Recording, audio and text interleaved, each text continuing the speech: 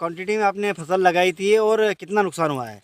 ये 3 एकड़ में है, 5400 है, जैन का रोप है, ऑनलाइन बिल है और मल्चिंग भी डाला था मैंने 70,000 रुपए की।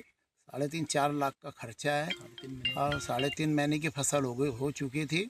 आजू बाजू वाले भी आए थे हमारे पास में कि भाई 75% ये बीमारी हो गई है तुम्हारे खेत में, इसको निकाल दिया जाए, ना तो हम भी मर जाएंगे आजू बाजू वाले। ये वायरस अच्छा नहीं होता है।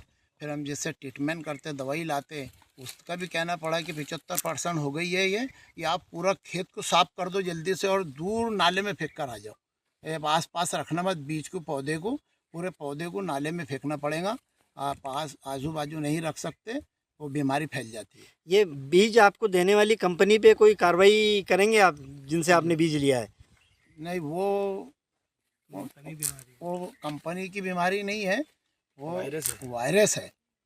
सभी दूर है, किसका 10%, किसका 10%, किसका 1%। कितने साल बाद आया इस तरीके का वायरस? ये हर साल आता है, किसी पे आ जाता है 10%। हमारे यहाँ साल पर आया था, 500 खराब हुए थे, हमने कुछ नहीं करे, वो 500 अच्छे मतलब उखाड़ के फेंक दिए, हो गया। अपन अब तो ये बिल्कुल इस साल तो 75% घुस गया वो सीधा।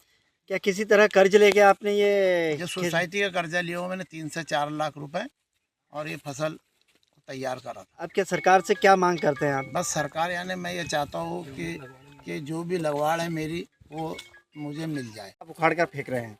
ये हमारे नासिर भाई है, इनके पिता काका खान, इनका ये खेत है, जिसको लेके इनको जैसे पता चला कि CME एक वायरस होता है जो इनके खेत में आ चुका है, और इनका निरीक्षण, इन्होंने जो डॉक्टर है इनके जैसे ये बीज लेते हैं उसके निरीक्षण से इनको पता चला कि ये वायरस बहुत ख़तरनाक है। अगर आपने आपकी फसल को नहीं तोड़ा तो ये आजू बाजू भी नुकसान पहुंचा सकता है। तो मेरा आप सब मीडिया कर्मियों से निवेदन है कि आज इन्होंने पाटुंडा सोसाइटी से 3.5 से 4 लाख रुपए कर्जा लेके आज इस फसल को लगाया, जिसमें इनकी पूरी मेहनत है, पूरी कमाई है, पूरी आस्था है कि आज इससे इनके बच्चों का पालन पोषण होता है। लेकिन जिस तरीके से आज ये 3 महीने के बाद इसको उखाड़ के फेंकना पड़ा, पूरा की पूरा नुकसान हो रहा। तो आपके जरिए जो कलेक्टर मैडम है, मैं उनसे निवेदन करना चाहता हूँ कि इसके तहसीलदार द्वारा इसका निरीक्षण किया जाए, और जो शहर के विधायक है और जो अपने सांसद जी महोदय है, तो हमारी आवाज़, उनकी आवाज़ के जरिए राज्य सरकार तक भी पहुंचा जाए कि जो खेत वालों को नुकसान हो रहा है उसका कुछ ना कुछ इनका रास्ता निकाल के इनको जो उम्मीद दिखाई जाए, क्योंकि ये बहुत निराश हो चुके हैं, क्योंकि इनका बहुत बड़ा नुकसान हो चुका है। 3 से 3.5 एकड़ के अंदर लगाई है, और ये कम से कम 5400 गढ़ है, पूरे रोक है, ये पूरे जैन का रोप है, जिसके पूरी की पूरी ऑनलाइन सब चीज़ों की। कितने रुपए का नुकसान लगभग? ये 4 लाख रुपए का नुकसान है। ये सच में एक किसानों के लिए दृष्टि से देखें तो बहुत बड़ी समस्या है,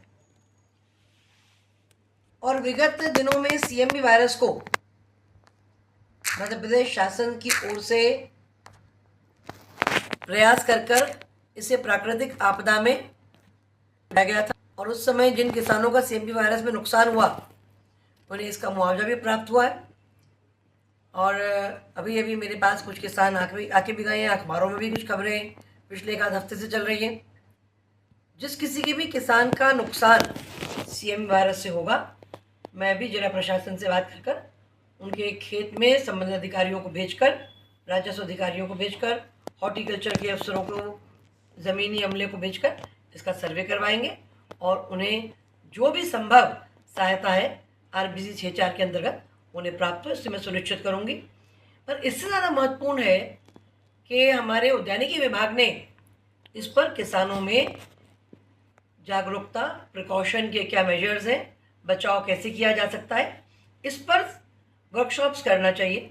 किसानों में गांव-गांव जाकर इस पर बात होना चाहिए, और इसमें अगर आपदा मुसीबत आ ही गई तो उस पर मुआवजा मिल जाना, किसान मुआवजा लेने के लिए खेती थोड़ी करता है, वो तो 2 पैसे कमाने के लिए करता है। तो मुआवजा की स्थिति तो ये है कि बेयर मिनिमम अब कुछ ना कुछ तो हाथ में आ जाए अगली फसल लगाने के लिए, पर CME वायरस आए ही नहीं, इसके लिए प्रिकॉशन, इसके लिए अवेयरनेस, इसके लिए किसानों की ट्रेनिंग, किसानों से चर्चा, बातचीत, उसके बचाव के तरीके, ये किसानों में समय बताना ये बहुत आवश्यक है। खबरों में बने रहने के लिए ग्रामीण भारत TV को सब्सक्राइब कीजिए और बेल आइकॉन दबाना ना भूलें।